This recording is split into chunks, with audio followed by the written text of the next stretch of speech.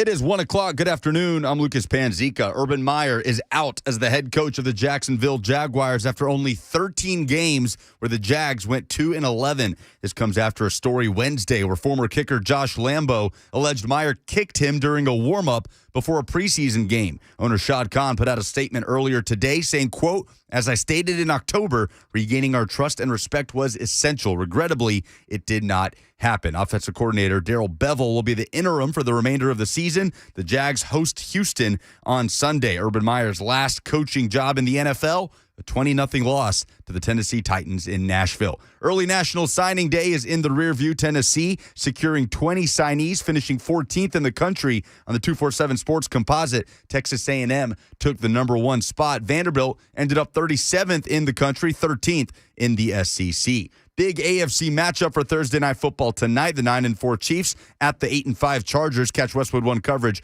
right here on The Zone. And the Preds returning to Bridgestone Arena tonight, still on to host the Avalanche. 6 or more players are in COVID protocol right now, including Mikael Granlund and Ryan Johansson, as well as head coach John Hines. Assistant Dan Heino will reportedly be the acting coach tonight. For all your foundation repair and waterproofing needs, visit USSTN.com. Breaking news at once on your home for the Titans and Vols. This is 104.5 The Zone.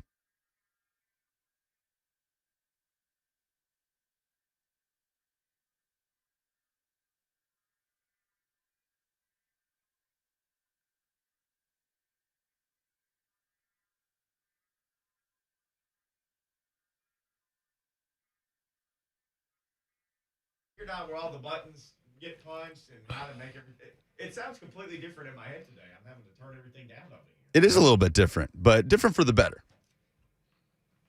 So new equipment all around the studio. Lucas doing a great job learning on the fly.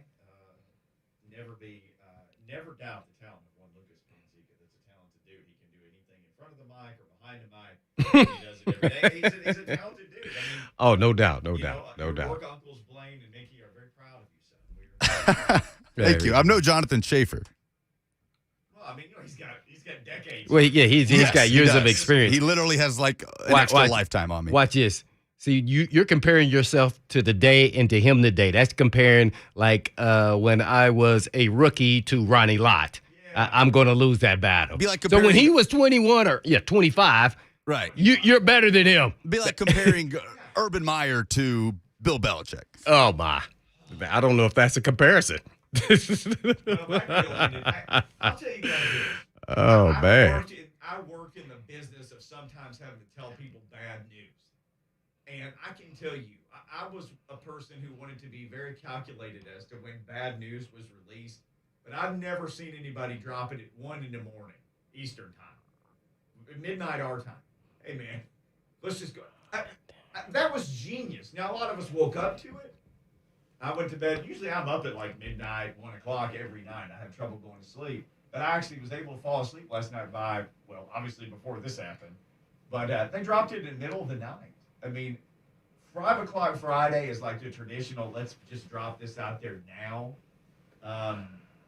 1 a.m. was an all-time new. But Urban Meyer out in Jacksonville. I mean, we had Joe Coward on. Last week we're going to have Mark Long, who works for the Associated Press, who covers the Jags. Went 2-11. He's out after 13 games. It seems like the final straw that broke the camel's back was the kicker thing that he kicked him. He kicked the kicker. He was a kicker. Well, that was in training camp, though, right? Yeah, but it just got out. Preseason. Yeah, I know. I think. That dude decided to tell the story. Well, guess what? Yeah, people don't make up stories like that. But, man, I wonder, to be honest, after the Titans game versus the Jags and the way his body expression, the handshake afterwards, I wonder if he was just like, you know what, I'm ready to go anyway. Looked like it. I mean, man, his body language, demeanor just looks like he's not into it. It's like, I've lost this transition from being a great college coach, maybe, during his era, maybe the best, if not the second best. And right now, naturally, Saban is the best. And, he has 3 national championships. And the transition to pro, I just think he never grasped at all. I mean, you're talking to grown men and not 18 to 22, as I said before. And that was going to be the detriment to him until he adapted. I was hoping that he could adapt to that. Because if he did, I thought he could have success, not just there, but also learning on the fly in his first season about how to approach game planning and how you know, if you don't have the best players, but you have really good competitive players, how do you win games and how to game plan, and that he was going to learn that with some experienced guys on offense and defense as his coordinators. I thought he would do that. He didn't. His ego and his mindset that he was better than and he was bigger than everybody. This is not college football. And that's where he lost. The statements that he said, you know what, I have an issue with somebody getting kicked, but at the same time, he followed that up with his verbiage when he said that I'm the head coach. Oh, wow. Right. That was like, oh, man. So you know this is wrong and you don't give a crap. You're above everyone. And that's college. The college head coach is the forefront of the school and everything else. Well, in the NFL, it's not. It's the quarterback. You're not. You're in the backdrop. And I'm sure he wish he was in a backdrop. Yeah, he got dropped. So I'm interested to see, if they could fire him with cause, or how much does the settlement of his, a 5-year contract. Now we know that. I don't know still the actual numbers per year, upwards from 7 to 10 million, we would think. He gave him the keys to the whole organization, and he blew it. So now moving forward, a lot of Urban Meyer and jokes and everything else. And, I'm really not keen on all that. He just couldn't get it done. Where do they go from here? Typically when you fire somebody at any, level of any organization, whether it's sports or anything, you probably do the opposite of what you did before. Right. So that's just human nature. Didn't say he's going to do that, but I sure hope he didn't go back to college. So where does he go from here? And I know there's a lot of names out there, but, man, I would make sure you have Trevor Lawrence. You want to go with an offensive guy. If you go defensive guy, you better make sure he's hiring a high-level offensive coordinator. But I would lean more towards, some offensive type, experienced, not to be a head coach, but experienced with quarterbacks. That would be my number one priority. And hopefully I could get someone with experience, too, at the same time. So I'm interested to see where they go. Bad news for the Titans, because I really want them to keep him. Right, burn the thing all the way. Yeah, I want to give him another year and say, okay, and then maybe he figures it out, but they still won't be good, because ultimately that's his DNA. And I know he was teaching a class, but there's, leadership and everything else at Ohio State. But this is a pet peeve of mine if I was ever an athletic director, because I'll never be one, because I'd probably get fired because I'd let my coaches walk. But how many of them, Mickey, you've been in the industry, how many of them have taken leadership development programs? Have they taken? Let alone dealing with, let's say, psychology and mental health and all these things, just like there's a requirement for you to be a head coach in college to make sure you know all the rules. Mm-hmm. These should be part of the rules, in my mind. Because what happens is you get someone who moved up the ladder, and then all of a sudden they don't have the leadership skills, but they have all the other skills. But if you don't have the leadership skills, you can ruin your whole deal. Yep. Because you're going to become the biggest face of any university in college, especially if you're a Power 5 program. So I think the NCAA should kind of look at like some other things around that. Just knowing people in the industry who are athletic directors, associate athletic directors. It's just that he's in the limelight because he won national championships. But I think he is not alone in his actions and how he acts. And I'm not talking about kicking people. I'm just talking about in his actions and how he goes about his business from a character leadership development program. So that's what kind of perturbs me, because guess what? This didn't just happen. But see, I'm real big on just because he won, it was okay. No, it's not okay. Right. Yeah, we make exceptions because he was winning. All the tea leaves and signs were there. I think everybody was saying, maybe one person out of 1,000, oh, he's going to have a great job he's going to do a great job at Jacksonville. Nobody thought he was going to do well. Shad Khan, the one guy with the checkbook. Well, he was hoping that hey, guess what I can't say? Tip the cap to him. He tried. Yeah, he tried and said, you know what? I messed up. I'm fixing it. Yep. So good for him.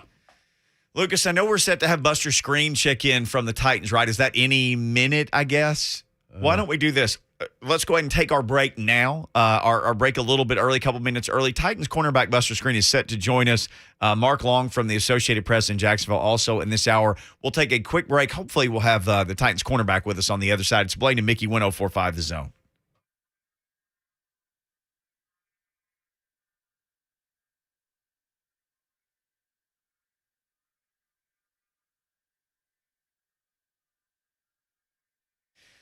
The end of the NFL regular season is approaching and fast. This week's Thursday night game, let's be honest, this is going to be fun. A big divisional matchup between the Chiefs and the Chargers. Ooh, I'm all in on this rascal. FanDuel Sportsbook about to make this thing even bigger for you because FanDuel going to give all new customers 30-1 odds on either team to win. Just pick a team.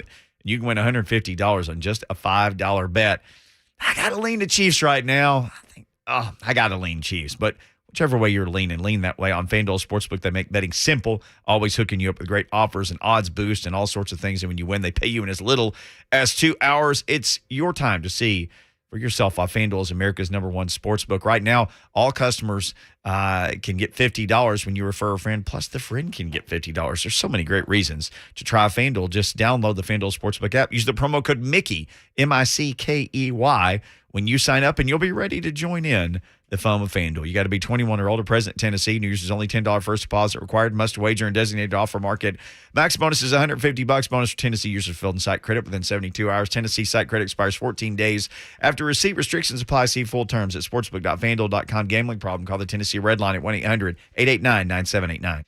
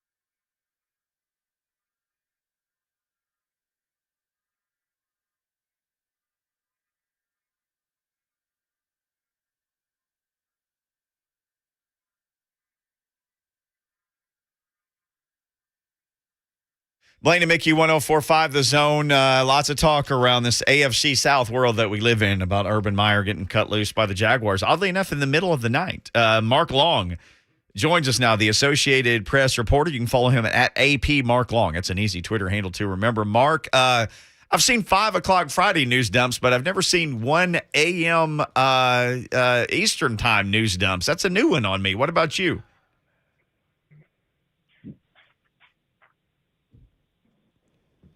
Mark, you there? Seems like we're having trouble getting you. Marky Mark. Hello. Oh, there you are. Can you hear us, buddy? Oh, now I can. Hey, good Somebody deal. put me on mute. Hey, it's all right. We got a new system here. We're learning on the fly. Good to have you today, There buddy. you go. Well, I'm about to have a new coach, so I'll be learning on the fly with you. Nice segue. Yes, very good job. Words are his business. So here's what I said. We've all seen a lot of like 5 o'clock Friday news dumps, but never a 1 a.m. Eastern time. That was a new one for me. What about you? Yeah, I mean, I think there was obviously a lot of moving parts yesterday. That Josh Lambo news broke in the afternoon. And I think Urban Meyer was at the NFL owners meeting in Dallas. And I think, it was a matter of, people in Jacksonville talking to Shad Khan and being able to get him after those owner meetings and see what he wanted to do. And then all of a sudden the wheels start turning. I think from my understanding is they decided, a little bit after 8 that they were done with him. And then they really spent from 8 to midnight negotiating. Is this going to be a resignation? Is it going to be a firing? What kind of buyouts is he going to get? What kind of full payments he's going to get? And we don't know. I haven't seen the details of that. I don't know the details of that. He definitely he did end up getting fired, so that usually indicates that he's getting his money when you get fired as opposed to resigning and working out some sort of settlement. So, but I know that took a long time. That went back and forth from about 8 to midnight is what I'm hearing now, and that's why we got the news so late at 12:35 this morning. Yeah, Mark, I just want to add to that. So there's no part of the contract. I know the language is always detailed, and you may not know those details, but could he be fired for cause, and then that's why you're negotiating the buyout or set up, and maybe even not paying but the rest of the season? Yeah, that would be the interesting part. But again, here you are. You're talking about something that happened in August in terms of the Josh Lambo thing. And if you're firing with cause, do you worry about that thing ended up in the courts or in litigation? Or, if they fired him with cause, I'd be really surprised that it only took 4 hours of negotiation to get done. So my guess is they talked about it. The agent or the attorney pushed back, and the Jags finally just said, listen, we're going to get this done. We're going to fire him. We're going to pay it. I mean, Shad Khan's worth $9 billion. He's not going to lose a lot of sleep over a $40 million mistake with Urban Meyer. He might lose a little bit, but it won't be a lot. So my guess is they just decided, look, we got to do this. We got to move on. You can't let him go in front of the team again. You can't let him get in front of, the microphones again. You've got to pull the string on this thing. And let me just add this. I think the Josh Lambo, no question, was maybe the final straw. But bigger than that, more weight than that, Trevor Lawrence had a one-on-one meeting with Shad Khan on his yacht Tuesday. Ooh. And if you listen to Trevor Lawrence, what he told us Wednesday, he was very adamant that, listen, the drama has to stop. The headlines have to stop. If we're going to get this turned around and get headed to where we want to be, where we want to go, all of it. The circus has got to stop. The clown show has got to stop. And he even hinted in there, that it's all coming from one source. And we all know that the one source is Urban Meyer. That's where the whole circus is originating from every single week. And so for Trevor Lawrence to say that to us on Wednesday, my guess is he had already said that Tuesday to the owner. So again, guessing here until we get Shad Khan or Trevor Lawrence, it's guessing and some speculation and some hearsay. But what I'm hearing and putting together is Trevor Lawrence made it pretty clear to Shad Khan on Tuesday that this isn't working, and it's not working because the guy at top has no credibility in the locker room and no leadership skills, and he's confused every single week and complete chaos. every other week. And so when the face of your franchise, and it's Trevor Lawrence, not Urban Meyer, when the face of your franchise comes forward and shows that kind of leadership at 22 years old, a guy you definitely, are committed to here, maybe for 10, 15, 20 years, I think that carried more weight than anything Josh Lambo said about something that happened in August. Wow, Mark Long, Associated Press, down in the Jacksonville area, covering the Jags, just giving us the straight stuff here on Blaine and Mickey right now. Yeah, no doubt about it. Man, do you think Urban Meyer, I know it's still early yet, but will he ever even coach again? And I'm not even talking about the NFL. I'm talking about even college. I mean, athletic director may in a couple years be like, oh, well, that's over with. He's still a great college coach. I think he'll want to coach again. Yeah, he's 57 years old. He's, not old by any means, right, certainly not in the coaching profession. And would you want to go out like this? Yeah, right, with your legacy, yeah, no doubt. Yeah, if this is your reputation, this is your legacy, especially if you don't like the way it ended, which, by all accounts, he's not going to like, a player saying he kicked him. That's not the way Urban Meyer wants to go out. He's not going to, with all these rumors and stuff about him and Marvin Jones and him and the assistant coaches and calling them losers, all that stuff that he's denied, he doesn't want to go out like that. So my guess is Urban Meyer will find some soft landing spot. Bobby Petrino did. Many other coaches have done the same thing. Rick Pitino did it. Disgraced Louisville coach. They find soft landing spots and maybe work their way back. And that's what Urban will do. I really do believe he'll land somewhere. Like you said, some college will reach out and Urban Meyer will jump at the opportunity because this is what he does. He's not the kind of guy, anybody who knows him, he is very focused and high-strung and intense. And I just don't see him sitting on the beach, going for walks with his wife all day, hanging out, doing Sudoku puzzles. That's just not Urban Meyer. Sudoku? How did I say it right? I don't even remember. Whatever you want to do. Whatever game that he wouldn't be playing. Yes. I'm with you. Yeah, exactly. Whatever I said, he's not going to be doing it. Yeah. Well, you hear from the naysayers, and I have no idea, and I don't think this is true, but that at some point, you know what? Did he want to get fired? Like, do you believe that? Like, did he feel like I didn't win, I wasn't successful, it's time to move on? Okay, so again, this is, I'm dropping stuff that I haven't been able to confirm, but I'll go ahead and drop it here. He supposedly walked out of the building yesterday right after practice, and nobody ever heard from him again. So I don't know if that's true, but if he walked out, if he just up and left yesterday, he knew this Lambo thing was coming. They all knew inside the building. They were working on it all day yesterday, prepping their response. He's not a guy who handles dysfunction, which is kind of crazy because he's, the ultimate dysfunction guy, 'cause he creates a lot of. Well, not in his eyes. Not in his eyes. He doesn't handle it well. He doesn't handle, he didn't handle his family situation very well. It affects him, and he likes things to go smoothly. So all of a sudden, now you got this big, huge wrinkle, and it's coming, and you got to go. Maybe you got to face the team. Maybe you got to face these coaches, knowing that's coming down. And it sounds like, from all I heard, it really sounds like he chose not to even face it and walked out of the building. And the coaches were left sitting here going, okay, now we got to go. We got to continue preparing. And the head coach is gone. And let's not pretend like that wouldn't have been a factor too in Shad Khan making the decision to fire him. So, if that's true, that's pretty damning, and it's pretty telling in terms of where he was at with this thing that had completely unraveled and taken on a life of its own. And I don't think there was anybody who was going to be able to put this one back in the bottle.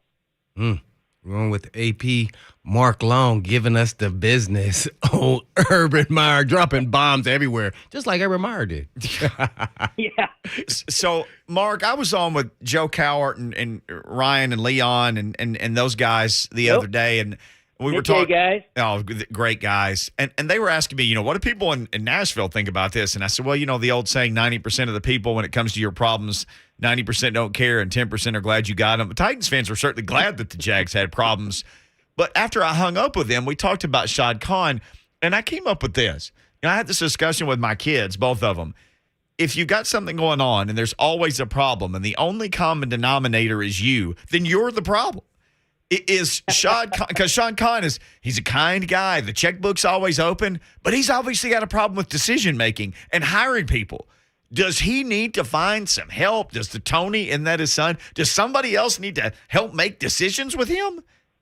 For sure. And it won't be Tony. Tony's got his own hands full with AEW wrestling. Okay. He's also the general manager of the Fulham soccer team that's, trying to get back in the Premier League. So, that's not going to happen. Shad Khan had the right idea and the wrong execution in 2017. He brought back Tom Coughlin and made Tom Coughlin, the overseer of head coach Doug Marrone and general manager Dave Caldwell. He had the right idea. Put somebody there who's in charge of both sides, the personnel side and the coaching side, and let him report to the owner. And the problem here is they put the wrong guy there because Tom Coughlin wanted to be the GM and the head coach. And you gave him all this power, and he basically tried to do both of those instead of being the liaison to the owner, which is really what you need in that position. Yeah. So he had the right idea. I think he should go back to that. The reality about Shad Khan is he doesn't live in Jacksonville. He's got two homes, one in Champaign, Illinois, and one in Naples, Florida. So he's not far away, and he's got his luxury yacht that sometimes comes here in Jacksonville, and he stays on that. But he's an absentee owner. And, he does a lot of work, good work in the community, in the state. And when he comes to Jacksonville, he pokes his head in, stays and sits down and meets with everybody and gets the lowdown. But that's not necessarily every week or every month or every even 6 weeks. So he not being here. Tony used to be. His son used to be in the building all the time. And then Tony got his own stuff going on. And, he got the Fulham soccer and he got the AEW, and now he's out of the building. So I do think that would be a smart model for Shad Khan to go back to, is to have somebody overseeing the personnel side and the football side who doesn't want to be the head coach and doesn't want to make the draft pick, but a guy who can give some guidance on both of those things and constant feedback back to the owner. I guess real quick before we let you go, because we got to go, but who would give us three names of guys, the fans or you guys in the media there who cover the team that you guys are thinking off the cuff they should be given an opportunity to be a head coach at Jacksonville? Well, I think Doug Peterson will be an option. Okay. I think you should at least look at this guy. I mean, he's a Super Bowl winning coach with the Eagles, very successful, had a good run there. Out of a job right now. He's a guy you can go talk to today, tomorrow, next week, whatever you want. I think he's got to be an option. Eric Bieniemy was in the mix last time when they ended up with Urban Meyer, so I would think Eric Bieniemy is another one. And then Josh McDaniels. Why wouldn't you go get Josh McDaniels, who's obviously been very successful with Mac Jones up in New England, Tom Brady, obviously, Jimmy Garoppolo, and you go get him. And even though he whiffed on Tim Tebow, I think you go at least make Josh McDaniels turn you down because that's the kind of guy you want to pair with Trevor Lawrence for the long haul here. Good stuff. Mark, fantastic stuff, man. Thank you so much for the time today. People, for all the latest, follow Mark at AP Mark Long on Twitter. Thank you, sir. Thank you. Appreciate you guys. Yes, sir. Mark Long, been covering the Jags for a hot minute down there. Let's go from Jags talk to Titans talk with the Titan. Buster Skrine joins us now. Buster, how in the world are you doing? My man. Doing great. Just got out of practice. Well, I got to ask you this. So the Titans pick you up, and you immediately go. You play like 30% of the plays. Then last week you played every play on defense. Has the last couple of weeks just kind of been a whirlwind for you? Not a whirlwind at all. It's my 11th year. So free agency, I had got a concussion last year, and I told every team that called that, if I came on the team, I wanted to play. And, practice squad is a big thing in the NFL nowadays. But I've always started, I always play. I didn't want to do any team any disservice by joining their team and not, who would want to join a team and not play? So I appreciate the Titans for letting me play. Yeah, man, jumped right in and been playing well. Buster Skrine, our guest here on Blaine and Mickey. Well, Buster, it's your first time on the show. This is Blaine Bishop, former Titan end. And I just wanted to ask you, what do you do on your free time? I know we can talk about all the football stuff we'll get into, but, we're trying to get to know you, man, because I'm a big fan of yours. You played outside, inside, shorter guy, went to Chattanooga, proved everybody wrong, and did a heck of a job, which we all know that's really hard to do. So, tell us a little bit about yourself and, backdrop, what do you do on your free time? I'm from Atlanta, Georgia. I got 3 kids, so if we talk about free time, there is no free time. I like it. Yeah, we're dads. We I know like that, it. Buster. Right. But just having 3 kids, you guys are dads too. You really you work, and when you work, I enjoy what I do. So once I go home, it's maybe an hour on the iPad, and the rest is time to my kids, whatever they want to do. Man, Mike Vrabel gave you a compliment. He said this about other players too, but it would seem like it was a little bit different with you and your professionalism when you got there and how quickly you picked up the scheme and your work ethic and how you went about it as a pro, not just on the football field, but also in the meeting room. So kind of take us through what was your mindset when you got here after being released by the 49ers? Well, I knew they had a couple guys hurt. When I joined the 49ers and when I came to the Titans, I played for a while, so Right. I do think there are higher expectations for a guy that's played for a while. Mm-hmm. And my whole career, there's talented guys, and then there's guys that are talented and, true professionals. And I always said, if I play and continue to play, I'd be a true professional, no matter, how much money I make, how many rewards I get. So that's just kind of my character, I always go full speed in practice. I always do little things because, I know it's panned out, and I had some good vets in front of me that showed me that along the way. Man, we're on with Buster Skrine for the Tennessee Titans, cornerback / utility slot, do it all. Man, were there a lot of people kind of questioning you because of your size coming out of college? Because everywhere you go, I saw you play with Revis. I go, oh, he played with Revis. And then you stacked up, and next thing you know, Revis is gone bye-bye, and you are now the starter. And we all know Revis is going to the Hall of Fame and everything else. But, hey, man, kind of take us through who you are and what makes you so competitive and believing in yourself. So I went to University of Chattanooga. University of Chattanooga, I was the number 1 corner. So, the number 1 corner always plays in the boundary in college because it's the easiest throw. Oh, that's what I played. Yeah. I ended up going to an all-star game. My agent had a guy that did us a favor, Texas versus the Nation, and they ended up putting me on Texas team, even though it was supposed to be all Texas cats. So I played well in that game, got drafted to Cleveland 5th round. When I played in Cleveland, I actually played corner, and K'Wan Williams, the nickel for San Fran, played nickel. So leaving Cleveland, this is the transition to nickel. So the Jets called me, and they said, hey, we want you to be number 2. We're going to sign Revis. And you know how business is. 2 days later, they picked up Antonio Cromartie. So I got pushed to nickel, and that's when the life of nickel started for me, and people started saying, oh, he's a nickel back. It's like they forgot about my whole Cleveland career. I was always in the top 3 in passes defended, so it was fun to play corner again with the Titans this past Sunday. Well, now, I know this is going to take you way back because you've been in the league a long time, and, man, tip the cap to you. I only got to 10 and then health and everything else, but when you take us back to your drafting, did you know you were going to get drafted? You said you went to the All-Star games, but did you believe that was going to happen, or did you think you was going to have to go down the free agent route? Or do you even know the list of guys who went ahead of you and you just keep saying, yep, I'm still playing, he's gone?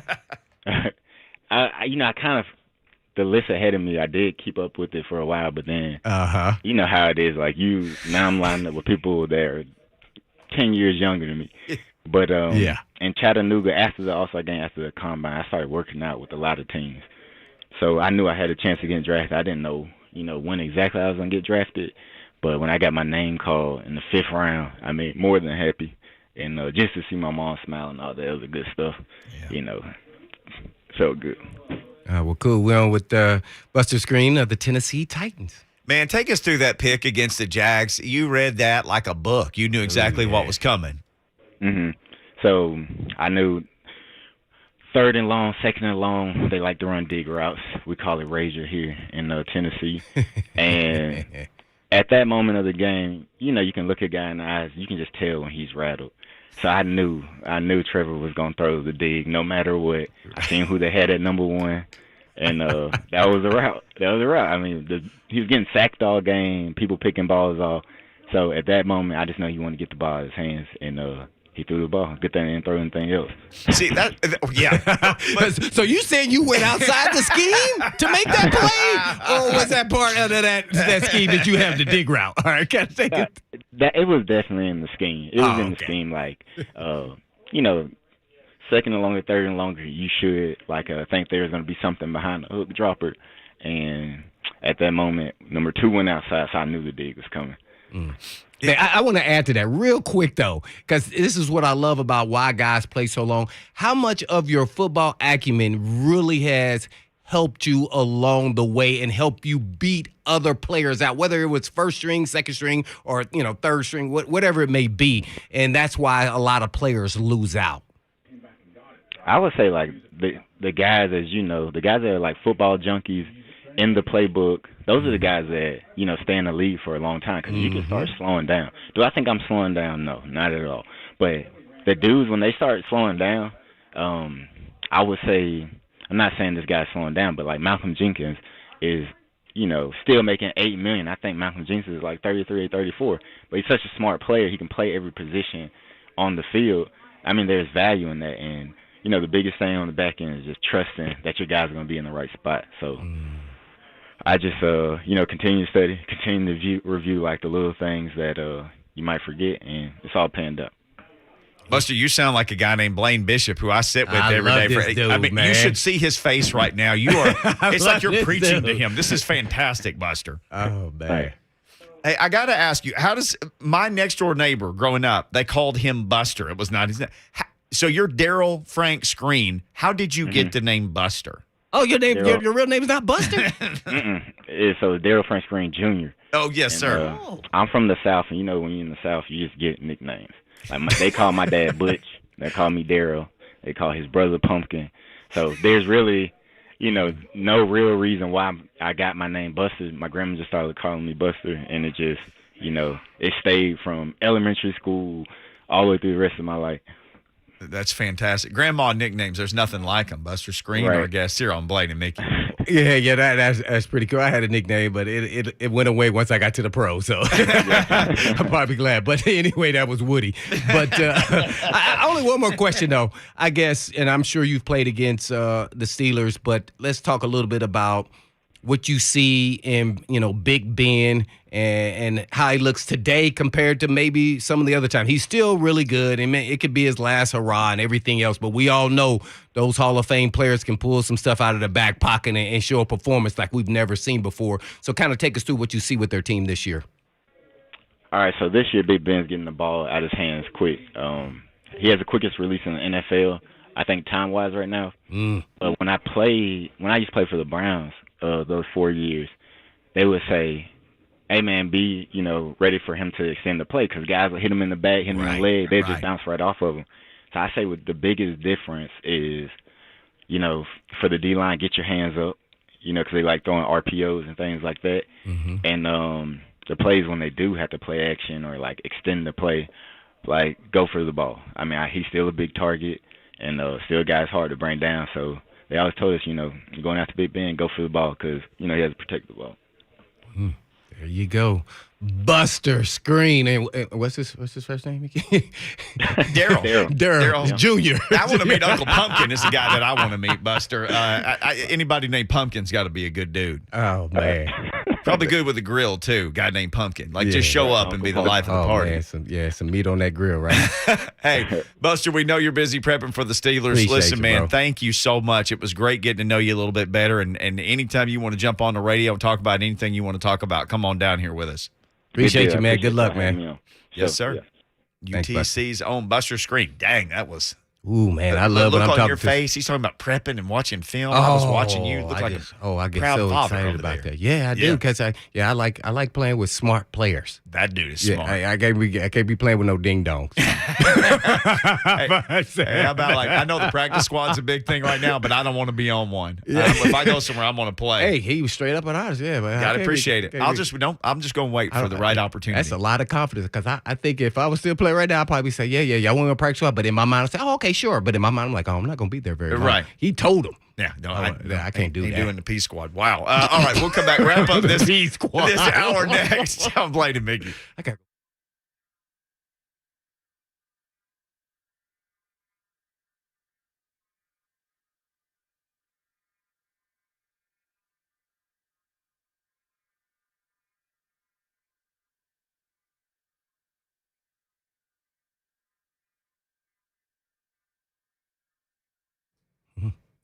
No one wants to go to the vehicle repair shop. It's like going to the doctor for an operation.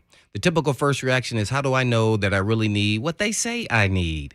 Well, sometimes you're really wondering if you're getting a repair recommendation or you're making someone else's mortgage payment. Blaine Bishop will tell you that people are tired of getting bamboozled. And if you're sick and tired of being sick and tired of auto repair shops, come on over to Eurofix. Eurofix repairs everything European. So if you feel like you've been lied to or taken advantage of when it comes to auto repair, come and check out Eurofix. It's a place you could trust. Eurofix will always tell you the difference between a recommendation and a must-do. You get a free 15-minute no-wrench inspection at every visit, no appointment necessary. Just come when you want to come. And Eurofix also offers a free nationwide 3-year, 36-month warranty on all work. Plus a free rental car with reservation on every repair so you're not stranded sitting around all day. And all you have to do is just give them a call at 844-EUROFIX. That's right, 844-EUROFIX Monday through Friday, or you can just check them out online at myEurofix.com. That's myEurofix.com. But always tell them Blaine sent you.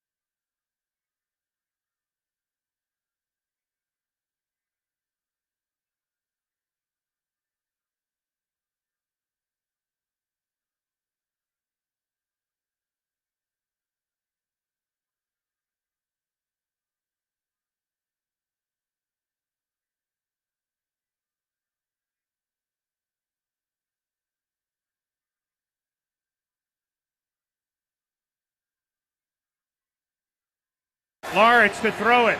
Looking, fires down the middle. Intercepted. Skrine.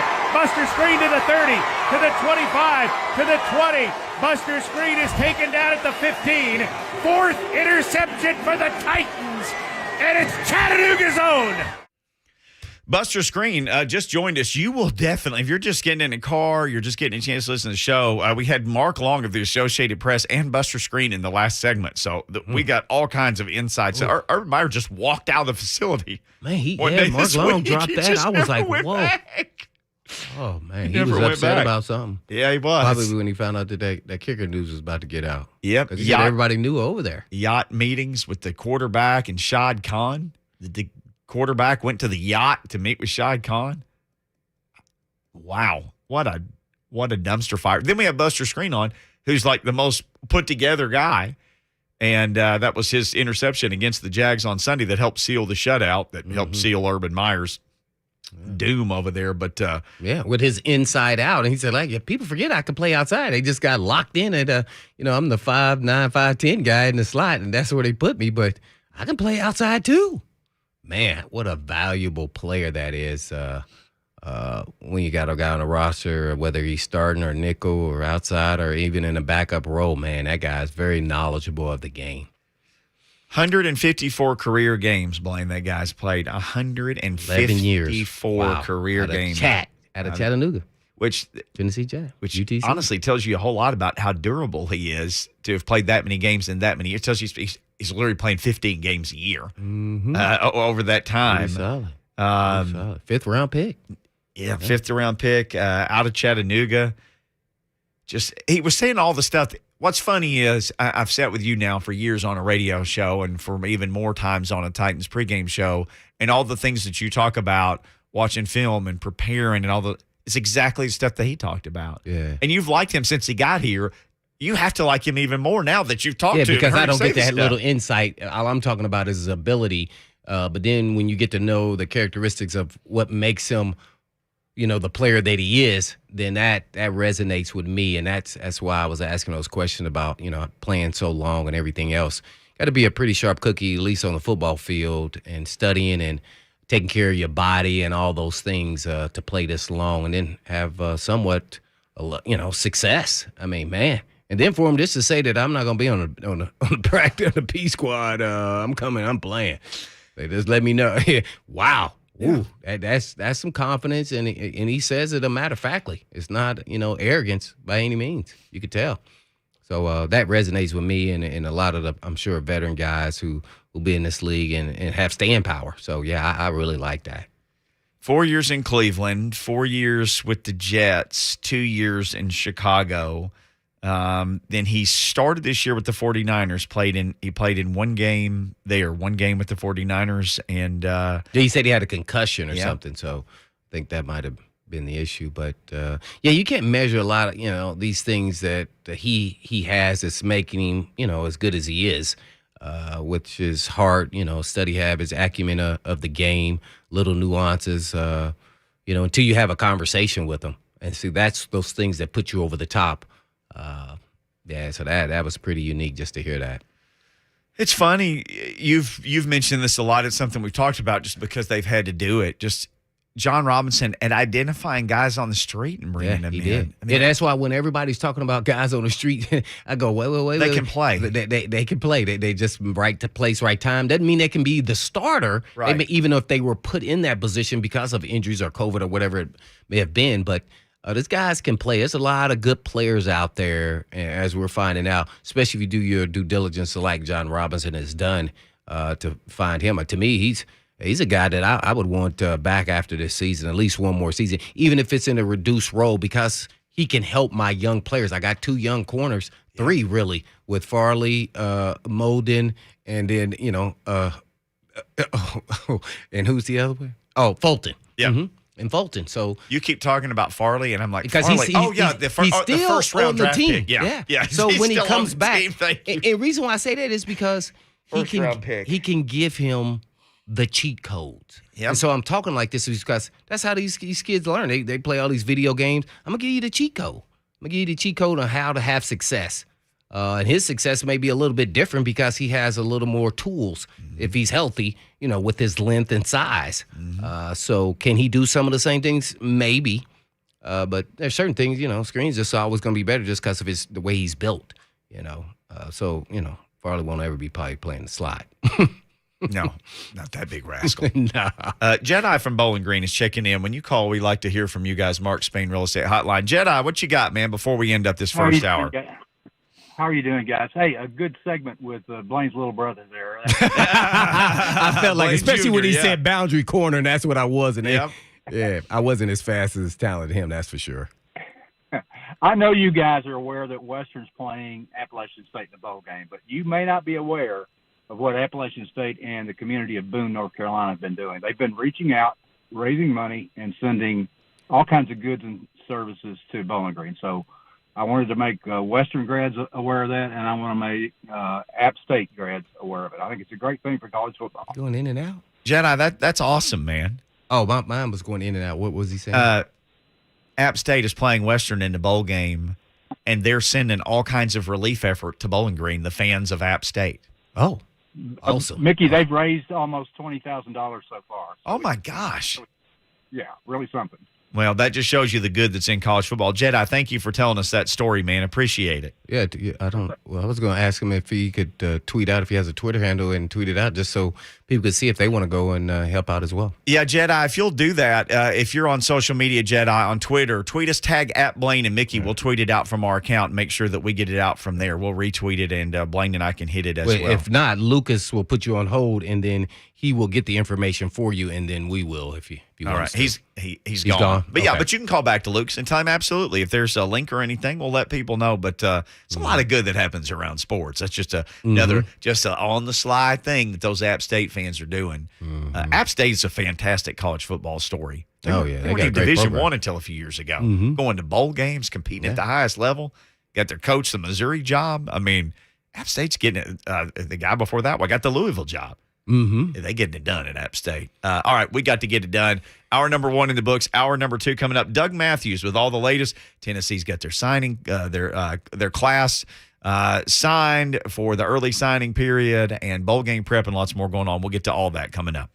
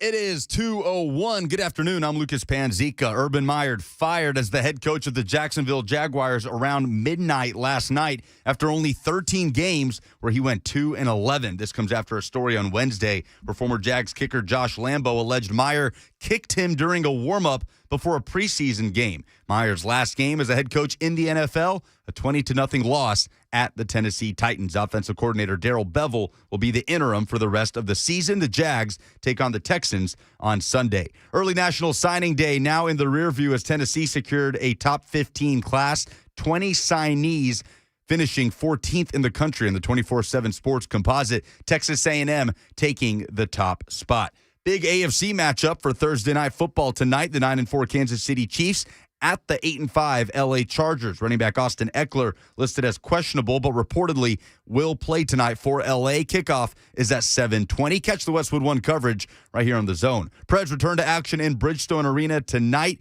Few players in COVID protocol, as well as Mikael Granlund and Ryan Johansson. Also head coach John Hines. Preds assistant Dan Hinote reportedly will be acting coach tonight. For all your foundation repair and waterproofing needs, visit USSTN.com. Breaking news at once on your home for the Titans and Vols. This is 104.5 The Zone.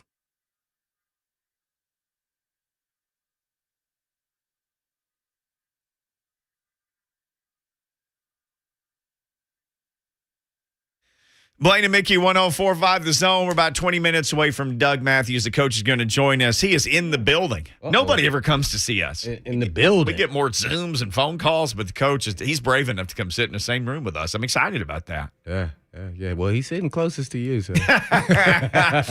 Urban Meyer is out in Jacksonville. Who said nowhere? The Titans continue to prep for Pittsburgh. Pittsburgh prep continues. Let's hit you with this just because I retweeted this from Jimmy Wyatt just a couple of minutes ago, the who did and who didn't practice report, because I know that you guys and gals are interested in that. Most of you are many of you, I'll say, are Titans fans. Not spotted on the practice field today, per Jim Wyatt. Jack Rabbit, once again, not spotted. Yep, the rabbit. Which makes our guest from the first hour, Buster Skrine, that much more valuable. By the way, go and listen to today's podcast. If you're just checking in, Mark Long. I'm looking at David Long's name because he once again didn't practice. Let me finish this. Jack Rabbit, David Long, Dane Cruikshank, Torrey Carter, Roger Saffold, Laurel Murchison, Tier Tart did not practice today. That's the did not practice list. Saffold. He missed yesterday too. I know, from the nerve stuff? Yeah. And it must be real sensitive. You're not doing a lot of hitting, but you are using your arms and extending, and that could get you irritated, especially if somebody swipe on your arm and do all that. Dang. I want to see that offensive line play better. I know they are, but, man, I want to see him out there. So Torrey Carter missed yesterday. Cruikshank missed yesterday. Jack Rabbit missed yesterday. David Long missed yesterday. Murchison, I'm comparing the list, Murchison and Saffold, and they all missed yesterday and today. Yeah. Well, I'm not too concerned now with some of it, with the Long, because I know he's playing great, but – you know, you got the replacement in that you got another linebacker in Cunningham just in case for depth until he gets ready. So what I like about what they're doing with all these different guys that they're bringing in and they're on the roster is now there's no panic mode and they're getting experience out in this system and they're ready to keep it moving, whether it's a COVID test or an injury, going down this stretch and into the playoffs. So, depth is your friend with guys with experience and still got a lot left in the tank. What is Cunningham, like 26 or so? Or 27? Man, so that, whatever. He's 20. I think he turned 27 maybe yesterday. Oh, yeah. So he just turned 27. Good. Yeah, Skrine. This week. And then you get guys back. I mean, man, we get Chris Jackson back. I mean, man, just think we got some good young players. Solid job there. Man, John Robinson with these later on-the-couch pickups and later round guys has done A+ on that. Foreman, Hilliard, on the couch. There is no disputing that. Yeah. No setback apparently today for Bud Dupree. That's big news as he continues to work to come back. And as you pointed out last week, this his team is Pittsburgh. I imagine he wants to play real well against Pittsburgh. Like, hey man, this is what y'all missing out on. Oh yeah, he's gonna show them that he's the real 48. Yeah. The guy I got on there is an imposter.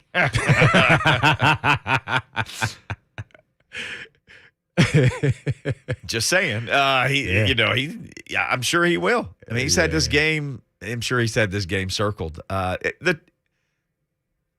You haven't said this, and a lot of times you'll just offer it up. If you listen to this show, Blaine will very casually, this is what I think, or I don't know, I'd watch out for this. You slip things in every once in a while. If there's something you really feel like, I know this, you'll just say it. You don't make a big I'll make a big proclamation sometimes if I really feel like I know something. You don't. You just slip it in. Well, I'm making the proclamation, then you'll just say something that you know. A lot of times you watch tape and you'll say, the Titans are better than this team. They may lose, but they're better. Yeah. If you look at the Steelers, this is not the steel curtain of the 70s. It's not the 80s Steelers. It's not the 90s Steelers. Heck, it's not the 2000. They have some issues. They cannot stop the run. They're 30th in the league against the run. You know, we had Buster Skrine on earlier, and he was talking about Big Ben. He's like, when I first got in the league, he played for the Browns. He saw him twice a year. Mm-hmm. So, the thing about Big Ben was they would say, oh, no, that you can hang on him, and he's just going to carry you around until he throws the ball down the field. Or he's going to break the tackle. Right, or just break the tackle. And he never really ran down the field. He would just stay in the pocket with, bullets bouncing off of him. I've never seen anything like it. He's so big and so strong. But over time, Father Time's undefeated. Buster Skrine talked about, that aspect of his game. He said he's still a great quarterback. He said he's getting rid of the ball faster than anybody in the league. And that idea that he can just hold off everybody hitting him anymore, you just can't do that. And forever. He's going down a ton of bricks, too. I saw him. I was like, whoa. The Vikings hit him so hard. They did. So they sacked him, I think, 5. They hit him so many times. The look on his face hurt me to watch. I completely agree with that. That's why I said I thought they were done. And when they came back, that's what I said. Sometimes, people think, oh, that was the last hurrah. Well, when you got a guy who's a Hall of Famer, you just never count him out, even at the end. Yeah. At the end. And a good example, I'm saying this because it happened to me. Oh, gosh. Joe Montana did it when he was a Chief. We hit him, and he was done. I mean, done. I thought I hit him, and I destroyed him. You made the noise that he made. Yeah, I couldn't believe he came back out in the second half and then just tore us apart. So you just got to be careful. And you just never know. They're back at home cooking. They got extra time. Remember, they played on Thursday. So they got extra time to prepare and rest. Yep. So that's a time when a guy can pull a rabbit out of his hat when you're a Hall of Fame player and go back in time and play well because he's getting more rest. I remember going into that game on Thursday, he talked about how he didn't get to rest and he had to practice. He said this in an interview. See, so that's what makes me nervous. And all the stats, and they're bad and against the run and everything. Guess what? That's why I say they could possibly play their best game defensively. You know why? They know the Titans are going to run the football, and they're going to bust them in their mouth. And when you play at home in Hines, those fans will call them out now. So whenever you're playing at home, you just never know. Now, if the Titans are a better team, yes. Should they win this game? Yes. I don't even know who's favorite. I'm assuming the Titans are. I haven't looked at that. But the Titans are the better team. And just like he said that Big Ben, Skrine, is throwing the ball and the fastest up, I'd love to see where Tannehill's on that list too. Because he's getting rid of the ball pretty quick. Probably not as fast as Big Ben. But, man, with the way the protection was, they're going to be sitting on routes too on the short slants and quick plays. It's even now. Oh, it's an even game. Even. Yeah, See? down to even. So we could talk about all this we want to, but they're at home. They got extra time and rest and play and to prepare for the Titans. So whatever you play in the Titans, you better be ready. I mean, the Steelers, you better be ready to go. Sorry. They did just that kind of organization. And they've never, I don't think Tom, has he ever had a losing record? Mm-mm. Yeah, so, you got to be, they still got a shot, outside shot of making the playoffs. Whether they're 2 games back, a game and a half, because they got the tie right there, right? 6-1. The Colts are 7-6, and I think they're the I'm talking about even in the AFC North now. They're only 2 games back. And the Ravens, I think. The Ravens, without Magic Man at number 8, Jackson, you never know. Well, here's the thing. Here's the AFC. They still got a shot. Here's the whole AFC North. Baltimore's 8-5. Cleveland is 7-6. Cincinnati is 7-6. Pittsburgh is 6-1. Anybody can win that. There's 4 games left. That's why. Wide so, open. Yeah, so they're still playing for something here. Yep. So I don't want to make an assumption that this is no brainer. We're gonna win. You're playing there. It's the Steelers. You got to be ready. Better put on your hard hat and ready to get. You better get after 'em. I mean, get after them because this team will not. What they showed me in that Minnesota game, they will not die and they will not give up. Because really, they should have won the game. The guy, I mean, it was a heck of a play in the end zone over the Vikings. He should have caught the ball. Harrison Smith, safety, made a fantastic from Notre the ball Dame, was caught. Yeah, and he hit it. wedged Boom. it out. They would. I couldn't believe it. I was excited. I was like, wow, I can't believe it looked like two different teams in a half.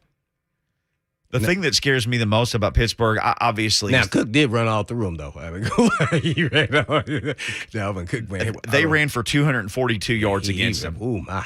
But watch this. We don't have Dalvin Cook on our team. Sorry. Yeah, so we can talk about it all we want to.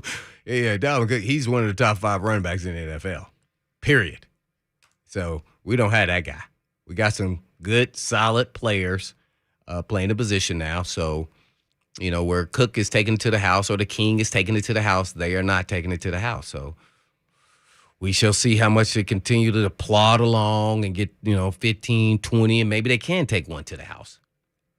The Steelers are so loaded, though, with offensive talent. Freiermuth, the rookie tight end, I know he didn't come up with that one, but they're basically calling him the second coming of Heath Miller up there. Deontay Johnson, even Vrabel. From the MAC. Vrabel going on and on about what a good route runner and how good that guy is. He's not even talking about Chase Claypool. All people have been talking about is him holding up the ball after he got a first down. Whatever. He's still capable. Freak weapon. Yes. And then, by the way, Najee Harris. Mm-hmm. Who's what? He may be second on a team in receptions. He and Freiermuth have combined for over 100 catches.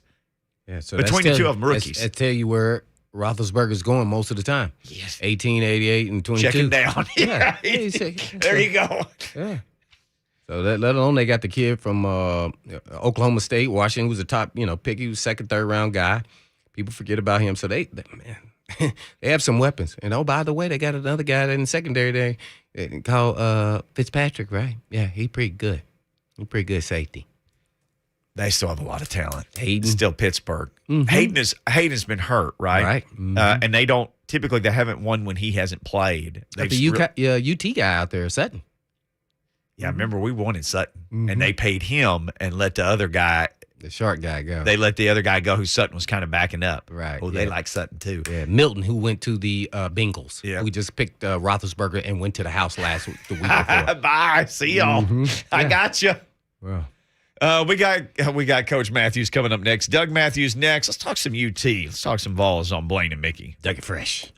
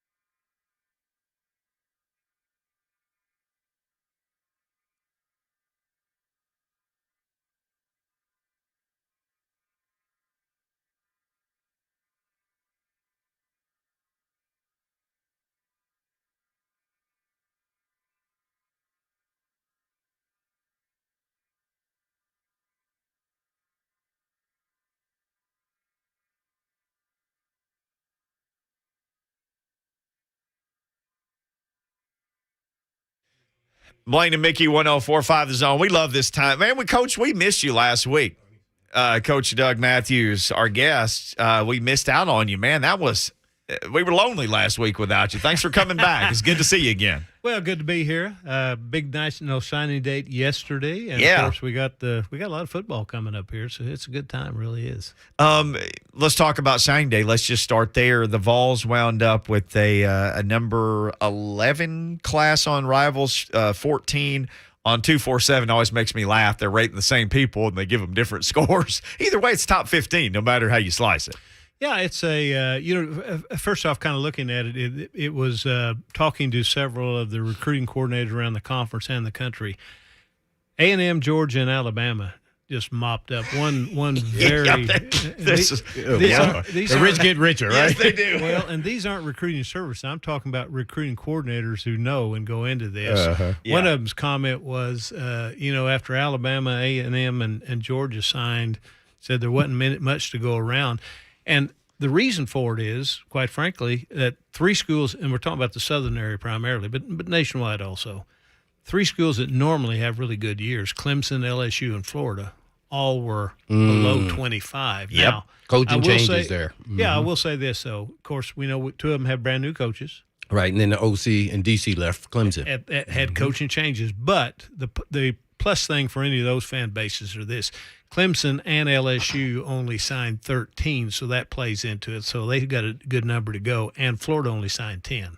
Okay, good stuff. So that plays into it on that. But Tennessee had a good day, a solid day, a day that where they signed 20 players, one junior college, and 19 high school players, 11 on offensive side of the ball, 9 on defense, which is what they need to start doing. Coach Heupel needs to start doing is kind of filling out those younger bases, those younger classes, getting his base on that, knowing that there's going to be a number of transfer portal players that will be coming in. And I think Tennessee probably will end up – I thought it was going to be more, but probably will end up somewhere around 5 or 6 transfer portal players. And one reason they're able not to do as many as they thought originally is because they got players coming back. Right. Flowers is coming back, Carvin's coming back, Bumpus is coming back, a couple of more are coming back. And so those technically are kind of transfer players, but they're just staying at your place. Normally they would be leaving, but they had that COVID year and they're all coming back. But Tennessee had what I would say a good, solid year. The negative can turn into a positive, but they only signed 2 players within the state of Tennessee and only one from Middle Tennessee. And if Coach Heupel is going to get this program back to competitive championship level in this league, he's going to have to at least control, if not dominate, Middle Tennessee. He knows that. There were reasons why. But the good news is he has a very highly ranked class without getting really any of the top players in this state. But you can't let 4- and 5-star players leave this state and go to Alabama, go to Georgia, Kentucky, go to Clemson. Yeah, you're going to lose. The ones that Kentucky's after probably, and the 2 twin brothers in particular, that was a little different situation. But bottom line is, going forward, there's reasons why when they came in, not able to get out and see coaches, but recruiting and controlling Middle Tennessee is going to be big. I think it's one reason why Coach Heupel is really excited, and he is excited to come to the Music City Bowl. Right. Because he's going to be able to meet a bunch of former Vols. How many former Vols we got around here? Good gosh. We got 100? One working on this radio station. Yeah. 100 maybe. 1 football, 1 basketball. And also alumni, and then recruits, of course, are going to be able to come to practice and do things like that. Sure. So but it was a good day, really was. Yeah, gosh, lots of What stuff. a great day. But it was a good day. There you go. Well, you guys string good days together. You'll get to the great ones. Coach Doug Mathews, our guest. Love having him on. Same time every week. Remember this, drunk you makes bad decisions, so make a plan before you party during this holiday season. The Tennessee Highway Safety Office reminds you that fans don't let fans drive drunk. The Tennessee Highway Safety Office puts Coach Mathews on with us each week. Love it. Well, Coach, man, naturally, I thought it was actually a good day. It's kind of like even more than that. It's kind of like the season. I thought they'd be 6-6. They finished with 7 wins. So you consider that great? I don't know. But considering he got none of the big players out of the state, as you mentioned, I thought it was a pretty good day, and his rankings justify all of that. But when you're sitting in the coaching meeting, because all the coaches are always going to say, head coaches who are there interviewing, oh, we had a great day, they love it, and everything else. But what is actually going on behind the scenes? Not particularly Tennessee, but what are they really saying when you're having the meetings? Because, some guys you say, this guy's probably going to be potentially a backup, but, hey, it was good to have him around. He's a good kid, maybe special team guy. What are really the conversations behind the scenes after a recruiting day, whether it's good or bad or indifferent? They'll never tell us. But, yeah, what are the conversations? Well, I want to behind the scenes. I want to be that fly on the wall. And, Blaine, you're right. Since they've started televising and publicizing this, I've never heard of head coach. We just signed a crappy class this year. We're going to do better next year. That's why I said not just necessarily Tennessee, but just what are really things said by coaches in those. You certainly know, and what some of the I don't go a whole lot off rankings, but there's no question that it's easy to see that the teams who are highly ranked every year are the ones that are winning championships. So obviously there's something to that. But it also gets down to, and let's take Coach Heupel's offense. His offense is different and will recruit a different type of player than Georgia's offense will. So, that plays into it also. But you certainly know on it, and you're always encouraged. You don't sign anybody that you don't think can play for you. There's certain areas that you're looking for, and I think one of the pluses for Tennessee was they signed 4 offensive linemen in this class, and that's big. They signed 4 defensive linemen in this class, and that's big. Those are the 2 areas. There are, and you guys know this as well as I do, just from looking at Middle Tennessee, there's a lot of really good running backs out there. There's not a lot of great ones, but there's a lot. Every college has a good to real good running back, or maybe 2. There's a lot of good wide receivers out there because they play so much 7-on-7, and there's more of them out there. And running backs, there's very few top offensive and defensive linemen. And then, of course, the whole key is getting that quarterback. In today's football, you have to have a quarterback that can win games for you. People ask me about Clemson, what's been their demise. And I said, well, I wouldn't call only losing 3 games a demise. Right, that 9-3. What a demise. They're probably going to end up national championship loss. Yeah. But the difference is, for 6 years, they had Deshaun Watson and Trevor Lawrence. Yeah. And this year they didn't have the guy at that position. Yeah. But no, Tennessee had a good year. They did. And I think the plus thing, and I know from talking to Coach Heupel, what excites him right now is, what if they would have had this year and got 2, 3, 4 of the blue chip football players in Middle Tennessee? Then you're talking about probably a top 5 recruiting year. If you can put that with what you got. Had 8 players out of Georgia, which is always going to be big for Tennessee. Right. All good Tennessee recruiting classes have players out of Georgia. It's close, same time zone. There's a lot of players down there, and But all in all, it was a good year. We're going to find out how good year. And one plus for them is they got 20 signees. 14 of them, I've heard 13, but a coach up there told me 14 of them are going to be early enrollees. So they will have 6 months of strength and conditioning, training, learning, table, and practicing at the bowl. And go through spring practice. Well, all of them aren't going to be at the bowl. A couple of them, I think, are. But they'll all go through spring practice. And so those are pluses also. I guess talk to me a little bit about the transfer portal and just in general for college football, the good and the bad. It seems like it's hurting the high school kids. If you're kind of that borderline kid that, they say, hey, man, we see a product we know that can play in this league because we've seen them on film. There's 2 things that are going on now in college athletics that's going to have to be worked on. College football, it's going to affect every sport, but college football in particular. One is the transfer portal, and the other is the early signing day.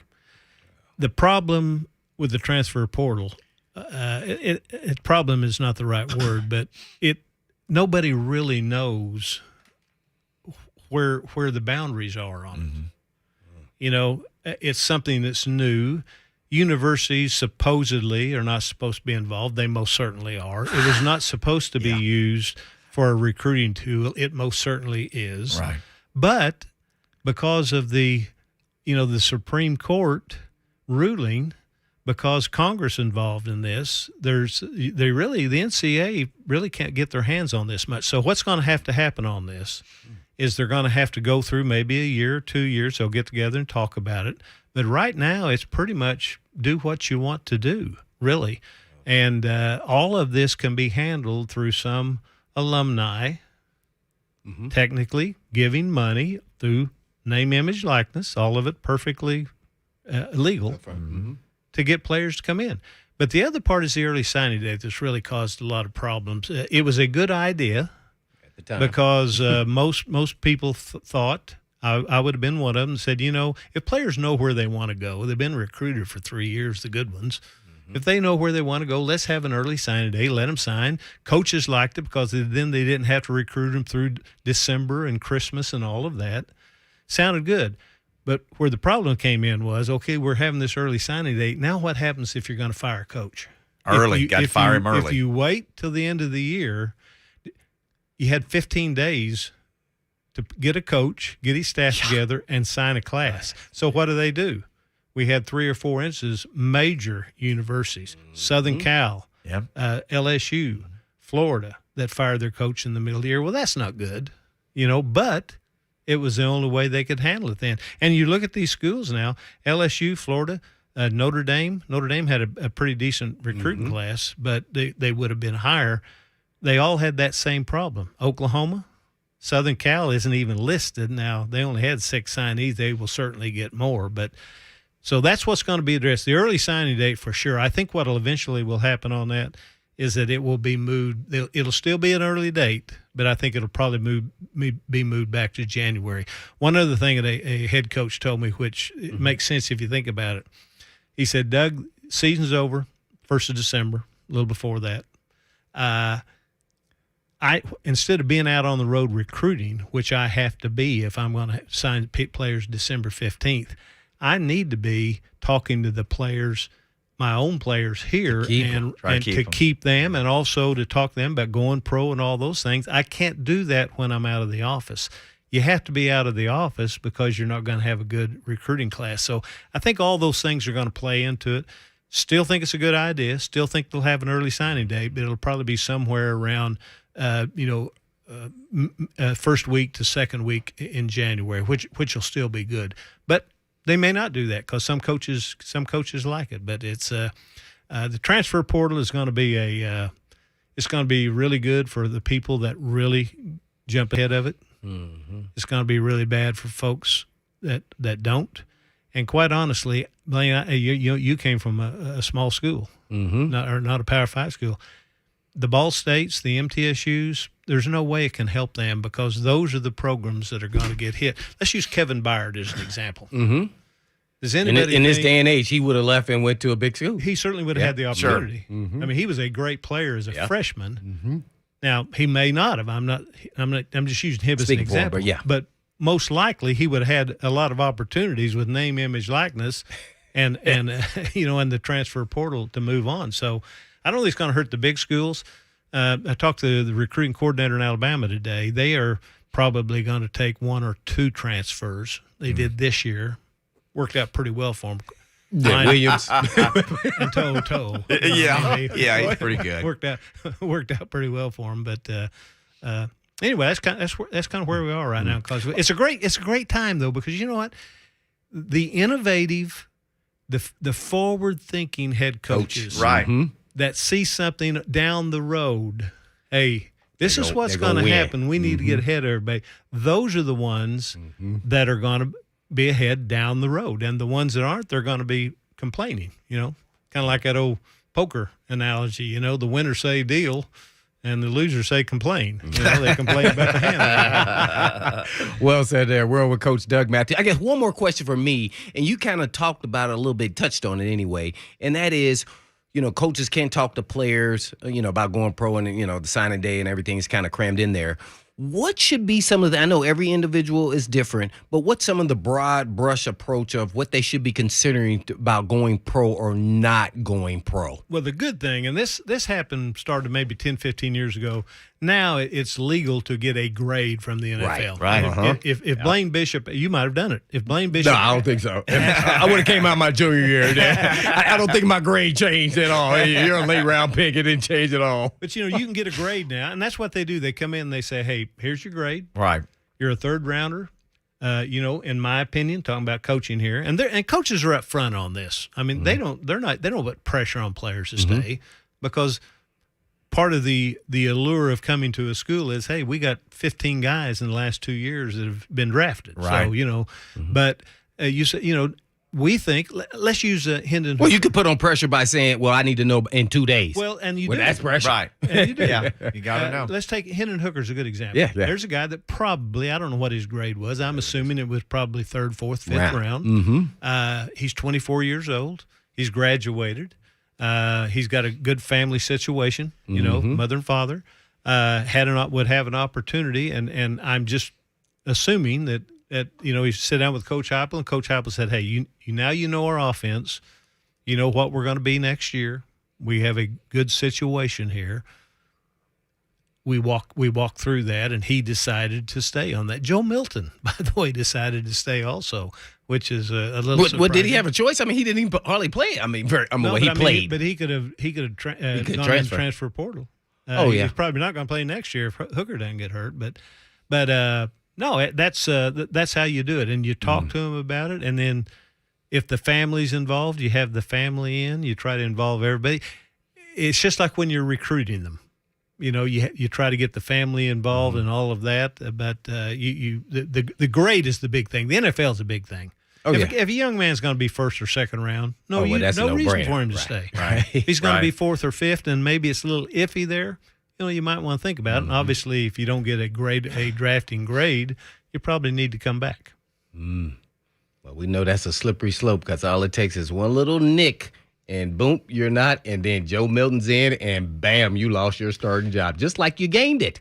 Blaine, one of the things, and this has become true since they reduced the drafting class. What they used to have 15, 18 rounds of draft way back when. There were 17, then it dropped to 12. It was 8 my year I came out. Yeah, there were 17. It dropped to 8, then it dropped to 7. Well, if you're going to be a 12 7th or 8th round draft choice, in many instances, it's better to not get drafted at all and be a free agent because then absolutely. you can pick all 32 teams. Yep, that's exactly what I was hoping at that point. You don't have to be zoomed He was like, yeah, you're supposed to go 4th, 5th round. Then it doesn't happen. Then you go, well, it may be better now. You can pick your team because now you can go somewhere where they need a position of your, what you play. Right. Yeah. Exactly.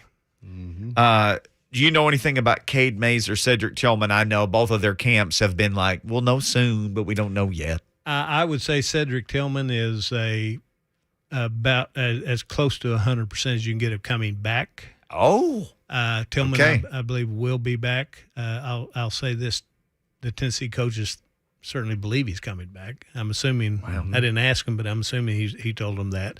And Cade Mays, I think, is right now, at least from their perspective, and it really is. He's a little unique situation because of his father. Got his brother there, but his father, a former NFL player, lives in Knoxville, great player at Tennessee. I think that would be kind of iffy on him. But the thing about it is he lives there. If he decides to come back, great. If he doesn't, he's given 2 great years at the University of Tennessee. Some of this, one thing I'm going to be looking at is who plays in the bowl game. And who travels on the bowl team. But they because the 4-game red shirt, there's several players that have not played their 4 games yet. If we see them playing down there, we'll know they're still going to red shirt and going to come back. There's some old players. I think Bumpus is indicated to the coaches he is going to come back. Carvin, as I mentioned, is going to come back. Tillman, I believe, will certainly come back. Hooker has already decided that. And again, that's one reason why if most of those players would have left, Tennessee's transfer portal acquisitions would certainly be up around 7, 8, or 9. Right. Right now, they're looking at bringing 5 in. Coach, that time just flew by. So next week you can jump on with us. I guess we can talk some more bowl stuff next week because we'll be in the middle of bowl prep. Yep, and we'll know a little bit more about there's some late signings. Remember, the the signing date goes that's right. It's 15th, another 16th, and 17th. Yes, 3 so days. Still, That is true. I forgot about that. And there's still some players out there. There's still some players out there. Probably some name, image, likeness deals being worked on right now. Well, I think Cade Mays talked about that some. Like, well, if I was going to be picked here, it's about what I'd make. So maybe I can make that much money. One area, and we can talk about this in the off season, but one area I think you're going to see name, image, likeness used for walk-ons, players that maybe have a scholarship offer to UT Martin, Austin P, Arkansas State, that will say, hey, we're going to get you enough name, image, likeness for you to. It would be like a full scholarship for you coming here. Oh, and, like you said, the innovative teams, they'll do that. And what does that do? That adds to your 85. If you get 15 of those, now you got 100 guys there instead of 85. But again, those are things that the push the envelope. As Coach Bryant used to say at Alabama, I'd rather say I'm sorry, than saying, "Dadgum, I wish I'd done that." But again, this is quick name, image, likeness rules and the transfer portal rules. They're so nobody can get their arms around. Nobody really knows what the rules are right now. So you can kind of make them as you go. And again, you say, well, I didn't know that. Well, don't do it next time. Okay, with you. Football Saturday, Big Orange Sunday. You can always catch Coach on the zone here all weekend. Thank you, sir. We'll talk to you next week. Good enough. Coach Coach. Doug Mathews. Jags coaching odds already out there. Who could be next? We'll hit you with those next. Coach.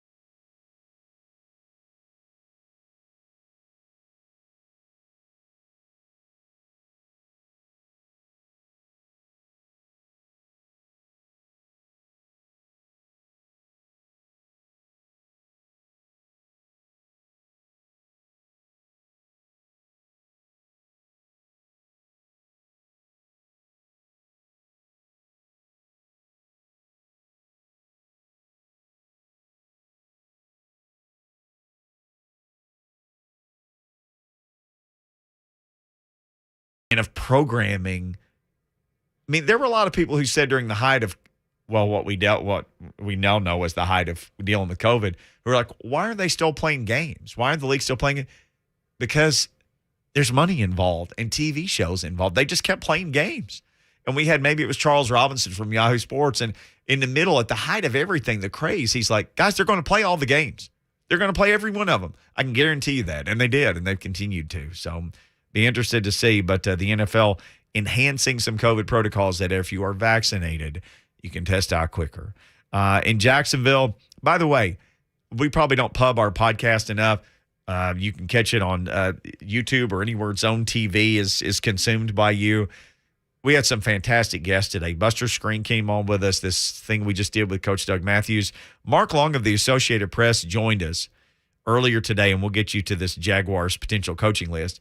Mark Long said when the stuff came out about Lambeau, everybody knew in the building. Was this yesterday, Wednesday? Urban Meyer, he said, left out of the building at the end of the day and never came back. And they couldn't find him. And they couldn't find him.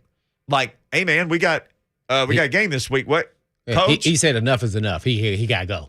Gotta go. So we asked him, go. So why midnight? Why 1 o'clock in the morning for the news dump? He said they made the decision to fire him 4 hours ahead of that. They just spent 4 hours negotiating with how it was going to look. So, and he said the fact that he got fired tells you, he's like, I'm not resigning. I'm getting every one of these pennies that you promised me. So you can fire me if you want to. Pay me all the money you got. Oh, hey. And he pointed out what Shai Khan's worth, $9 billion or something. Yeah, he's at it. I said, I don't think he's gonna lose his sleep. Well, he may, maybe a little bit. Yeah, maybe a little bit. But that was just I'll wake up and like, dang, I messed that up. Let me do something else. Then he go back to sleep. I mean, that'd be like $400 to a regular person, maybe, or 40. I don't know. I mean, I don't even know how to compute that into millions. Oh man! All right, Blaine brought this up earlier. You usually hire the opposite of the guy that just failed. Typically, yeah. That's opposite hire. The theory. So here you go. This is from Bet Online odds. Next, Jags full-time head coach Byron Leftwich is the clubhouse leader, 4-1. Then Kellen Moore of Dallas. You talk about squeaky clean. Darrell Bevell, who's the interim guy, 11-2. Eric Bieniemy, who a lot of people have been waiting for him to get a shot, 7-1. As is Joe Brady, who just, if I'm not mistaken, just got fired in Carolina, Joe Brady. But here he is again. Doug Peterson. The names that Mark... Josh McDaniel wasn't on there? Josh McDaniels is later on down the line. Oh, okay. Doug Peterson and Brian Daboll. Matt Eberflus, defensive coordinator. Josh McDaniels is 14-1, along with Pete Carroll.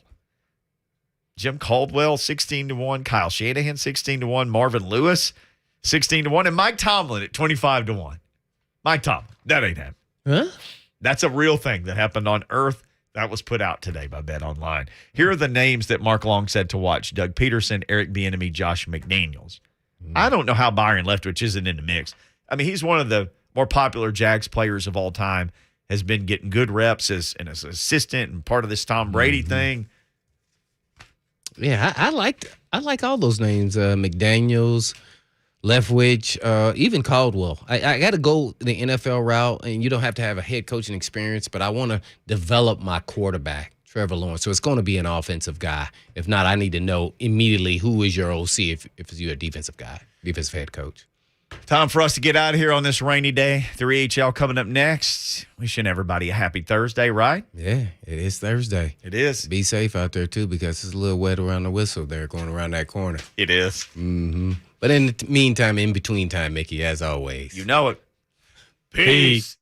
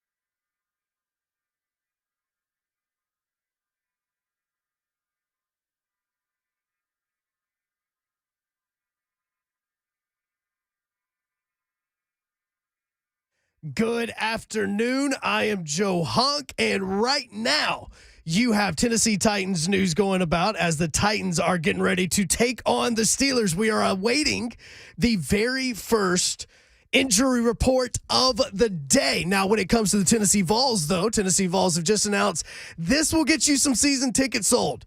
They will be going to they will be taking on UTEP at Neyland Stadium coming up in 2024. So I know that everybody's excited about that. And the Preds game as of right now is still scheduled to go on as scheduled. But again, they also have 12 people that are on the COVID positive list, and that continues to grow as we speak. Puck is supposed to drop at 7 o'clock. For all your foundation repair waterproofing needs, visit USSTN.com.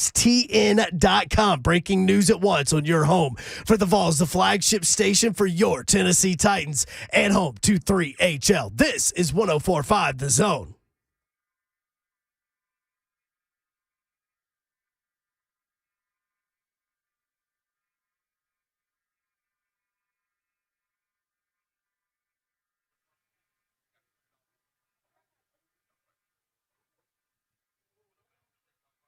Yo, what up, Nashville? It's 3HL. It is a Thursday in the Music City, and I've been messed up all day, Slay, thinking it was Friday. That's a bad place to be, but you know what? It might as well be Friday. Exactly. Because we're at Red Dog Wine and Spirits in Franklin, and we want to see you here. You can come through the rain. You ain't going to melt. No, it's going to be all right. It's going to be just fine. And you can post Slay up. He's like boxed into a corner. I am, but I'll get up out this corner, too. I'm telling you that right now. For some bourbon, put a bourbon right there, and we can race to the bourbon. We may or may not have just tasted some bourbon. I did. I mean, you come in here and